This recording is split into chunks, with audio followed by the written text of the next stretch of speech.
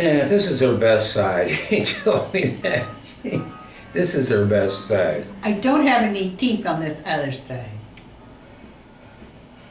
I didn't know that. I don't have any teeth in most of my mouth, but I don't sit around going, smiling or anything like that, you know. You ever see a dog smile? They don't smile. Okay, the reason I've been laughing all morning. It's 11:30 in the morning. It's her family stories are so interestingly unbelievable that you just can't believe them. And I'd kind of like you to just, you know,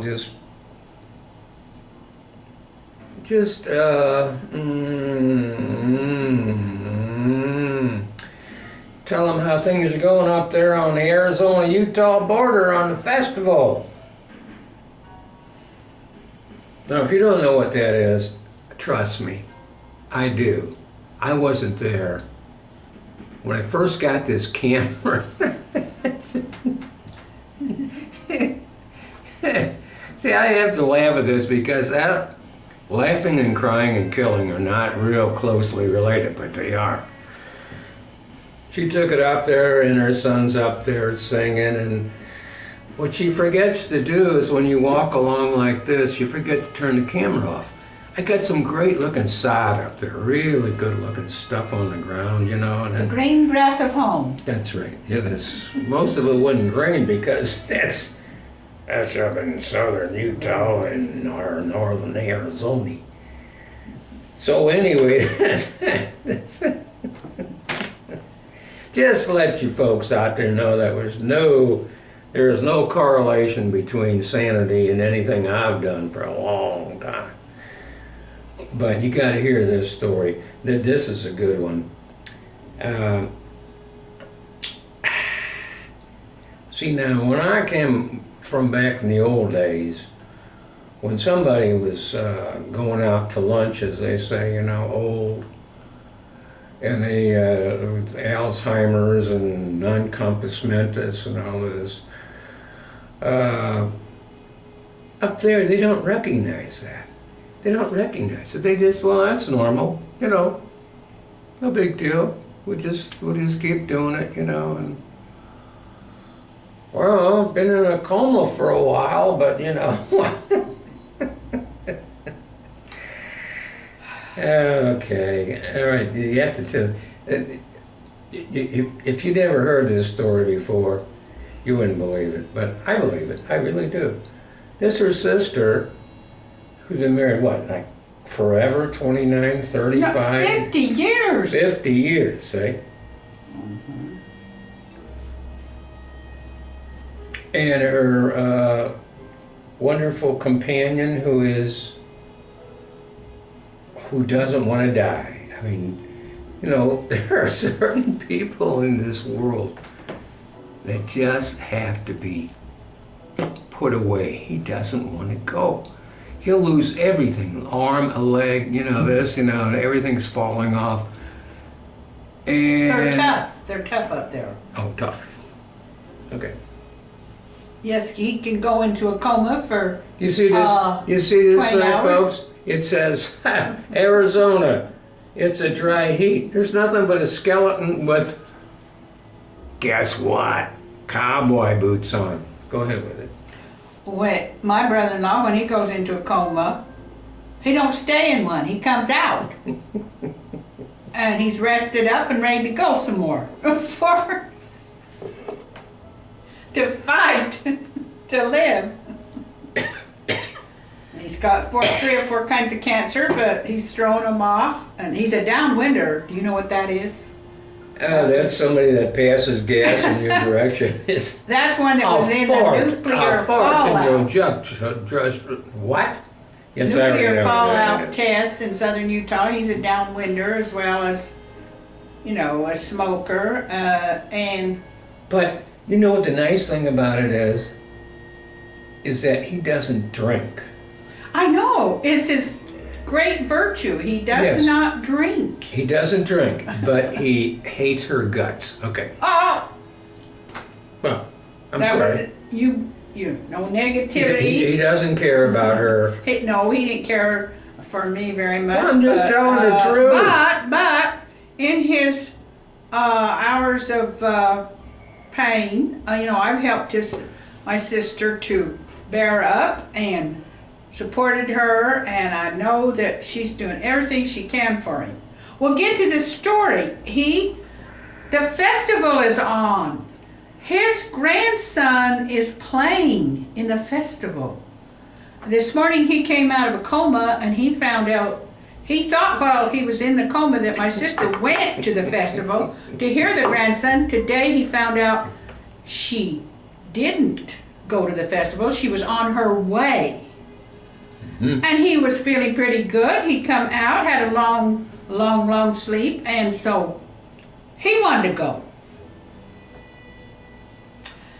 And so it was the dying man's request. He's had 2 or 3 of those requests that my sister tried to. I told you. Some people. I would have done it. I would have done it. I mean, they don't want to go. And so he all said, you got left is this little bubble left, folks. He's already left one leg behind. Go ahead with the story. Well, he said, he wanted to go. Why? He wanted to go to the festival and hear his grandson. Because, like I said, he just woke up. He felt pretty good. So my sister's a very kind-hearted soul, a good-hearted soul. So she said, she just couldn't turn him down. He didn't demand that she stay home. She said, okay, if you're going, I want to go with you.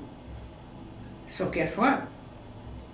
She and the nurses loaded him up and took him and put him in the car.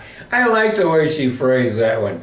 Loaded him up, put him in the back of the pickup truck, shuffled him right in there, and there you go. With 3 or 4 kinds of cancer, and well, he already had they those. went 45 miles like this with him realizing again that he did not feel very well. Those roads aren't that good up there in Utah, are they? So she, at 45 miles, they stopped to a town. He said, Ann, I don't think I can make it further. Just then their daughter called, who was already there with the grandson that's going to sing, and said, I was coming with your dad. And the daughter said, Mom, why did you consent to bring him? Well, he wanted to come. And so the sad story is they had to turn around and go back. Well, see, now here's another thing. If anybody ever watches this. We used to call this in the old days fail-safe, right? If you're going to go, this is a military thing. Once you get past this stage, you got to go all the way. Because you don't have enough to come back, right? Now, it looked to me like he was past the field stage. They should have just shoved him right on up there and forget about it. No, he went back and that's the way I look at it. They put him in the hospital bed in the hospital center where he belongs. He don't belong over there in the festival trying to. They decided that en route. My sister and he came to the conclusion. And you wonder why I'm still sane. I'm okay. He just finds that hard to believe. I don't find it hard to believe. I find it unbelievable. So, and then my sister, by the time she took him back, she'd missed her grandson singing. She would have missed it. So. Well, see, I just told you about the fail-safe thing, right? Once you're past a certain point, well, screw it. You can't come back because you don't have enough fuel to come back. That's what smells fail-safe. But never mind. But beside the point. Well, he tried. Would you try that hard to go and listen to? No, I talked to you about this before. If I was, involved in this, I would have just said some very simple. Well, I've been married 50 years now, and we've been up there. We've heard the boys sing. We've had a good time while we were up there, and now just go back into your coma. And you go, did I have a good time? You had a great time. Now go back into your coma and just relax. And they go, oh, thank goodness for that. I didn't know. I didn't want to miss him now. Oh my goodness. Well, if he'd have ordered her now, don't go off and leave me, you just better stay here with me, I'd have been disgusted. I'd said, well, now that is not very nice. But since he didn't want to do that, so he said, well, I'll just go along. And I thought that was making a great attempt to, because naturally he didn't want to be left alone at the care center. I don't blame him for that. While he was still alive. So, listen, if I ever go to a care center, I want to be in the care center. I don't want some, I'm going to go up and go, when my dad was in hospice, yeah, they did. Sometimes I'd visit him and he'd be in a wheelchair and they'd be a little tied down, like, well, your father wanted to leave, and he just didn't know where he was, and so I'd sit down and talk to him. I said, Dad, get a grip, He said, yeah, I know, I just don't want to be here, but when your mind starts going, that's what happens. And so I thought that was a good thing. And just tell them, yeah, you've already been here, you had a good time, it was really great. And your son you just don't remember. Oh, that's right, you don't remember. See, you got Alzheimer's or non-compass mentis or all kinds of good stuff like that. So, this is the kind of stuff I was listening to all morning. You can't make this stuff up, folks. I mean, you can't really do it. So, what else? Wasn't that enough for one day? I think it's enough. I think it is too. And it's an inspiration to the rest of us. It is. It is. Whenever if I ever got into a coma, and this is for all of my stepkids and whoever else knows this, don't bring me out. And if you do bring me out, don't make me go someplace I don't want to go, okay? Thank you very much. And this woman over here needs all the help she can get. Well, this is the first time I ever knew a man that couldn't stay in a coma. He can't stay in one. So, he's a pretty tough guy, I'd say. Now, all right, I've always thought that when people went into comas, they just stayed there, but not him. Now you know something. Oh, he come out again. Oh, well, okay, we're gonna go. So, and I told him, I said, everybody's got a right to live as long as they can live. And be treated like a king while they're still, as much as possible. Give them whatever they want. Wait a minute now. We're going to wind this thing down. Give them their last requests if you can possibly give it to them. Her daddy's name was what? King. Mm-hmm. It's just that a lot of people don't make these strange requests when they're at that stage. Yes, they do. My dad made strange requests for me, But you didn't try to grant them within your power? If it was within your power, Dad? There's some heartless kids that'll, they won't grant the last request. But that's true. I didn't know whether you were a heartless kid or somebody who was ready to help your dad. I don't know. Well. See, I'm here helping this old guy. That's right. Nobody else would do it. And if I go into a coma, don't bring me out, for God's sake. Just let me get in a coma and get it over with. Well, we'll learn. We're studying how, the best way to die. What's this wee stuff? I'm studying it. The best way to die is when you stop breathing, your heart stops, it's all over. Well, like my sister, the nurse said, dying's not that easy.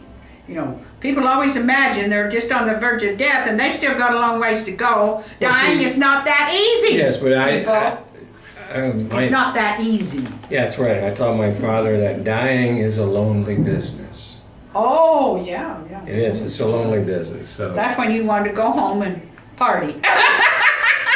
Instead of sitting by his bedside. Well, I'm sorry, Dad.